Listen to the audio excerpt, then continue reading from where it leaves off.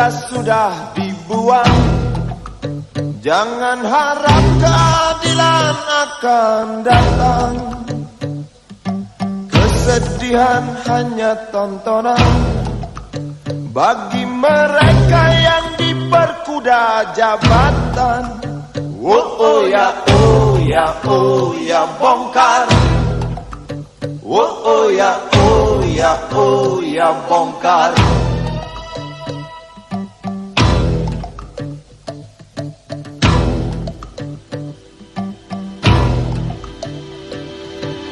Sabar, sabar, sabar dan tunggu.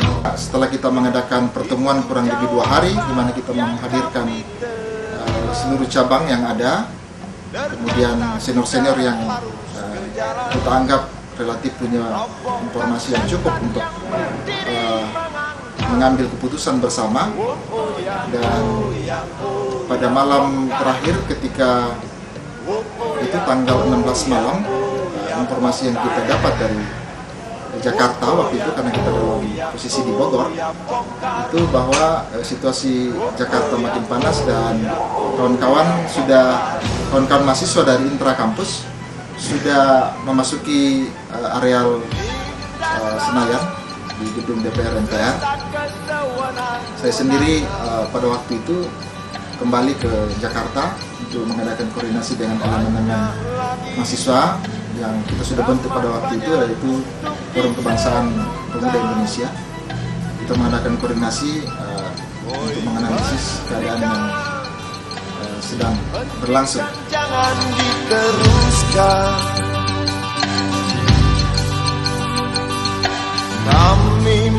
Saya memutuskan untuk menyatakan di jalanan kami sandarkan cita-cita, sebab di rumah tak ada lagi yang bisa dipercaya. Orang tua, pandanglah kami sebagai manusia. Kami bertanya, tolong kau jawab dengan cinta. Oh, oh. Masa-masa setelah mahasiswa menumbangkan Soeharto, GMKI bergiat dalam berbagai aksi ekstraparlementer bersama kawan-kawan Komite Aksi. Kekuatan ideologinya, yang pertama yaitu nasionalisme dan yang kedua okumenisme. Nah, kalau kita bicara nasionalisme di dalam konteks pergerakan mahasiswa khususnya di era reformasi, maka keberhasilan konsep nasionalisme itu di dalam arus reformasi yang turunannya adalah 7 pilar demokrasi yang disampaikan oleh mahasiswa itu, salah satu kunci keberhasilannya adalah ketika dia memiliki sebuah kepemimpinan yang kuat yang merepresentasikan kekuatan nasionalis. Dan itu ketika zaman itu, kalau kita bicara dalam konteks ketika itu hanya dipunyai oleh Gus Dur dan Mega. Nah, ketika itu sudah terjadi, ini yang kita harapkan untuk bisa membawa perubahan secara kolektif 5 tahun kepemimpinan mereka. Tetapi ini kan kepemimpinan dicerai-beraikan di tengah jalan. Hanya 2,5 tahun berjalan, lalu diceraikan kekuatan ini. Perkawinan antara nasionalisme di bidang pemahaman nasionalis yang dipresentasikan oleh Megawati dan nasionalisme religius yang dipresentasikan oleh NU dalam hal ini Gus Dur itu dicerai-beraikan oleh kekuatan-kekuatan anti demokrasi, kekuatan-kekuatan sekterianisme, dan itu berhasil. Kenapa berhasil? Karena kekuatan mahasiswa ketika itu juga tercerai-berai berdasarkan gerakan-gerakan isu-isu sekterianisme di luar itu, kepentingan kelompok. Dan hanya GMKI bersama teman-teman dari FKP yang terus getol untuk memperjuangkan supaya duet Gus Dur Mega itu tetap solid, karena disitulah kekuatan nasionalisme itu direpresentasikan, dan saat itulah maka kekuatan reformasi itu akan berjalan dalam 5 tahun terakhir. Tetapi dicerai-beraikan, maka semuanya terjadi apa yang kita lihat sampai hari ini. GMKI sebagai sepucuk taruk yang bertumbuh dari persekutuan penelan Alkitab, persekutuan doa, devosi, studi, diskusi, refleksi dalam sejarahnya juga menjadi pangkalan bagi aksi-aksi melawan penindasan, penjajahan, dan ketidakadilan di dalam masyarakat.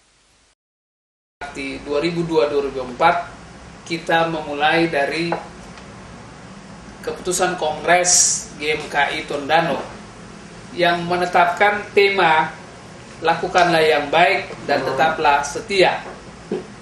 Tema ini sebenarnya merupakan sebuah permenungan GMKI terhadap pergumulan realitas tantangan GMKI di tengah-tengah gereja, masyarakat, dan perguruan tinggi.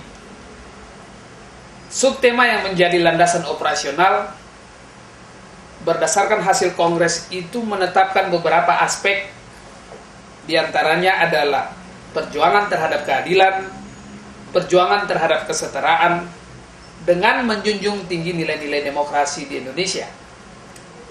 Tema dan subtema itu kemudian menjadi landasan perjuangan GMKI menyikapi transisi demokrasi Indonesia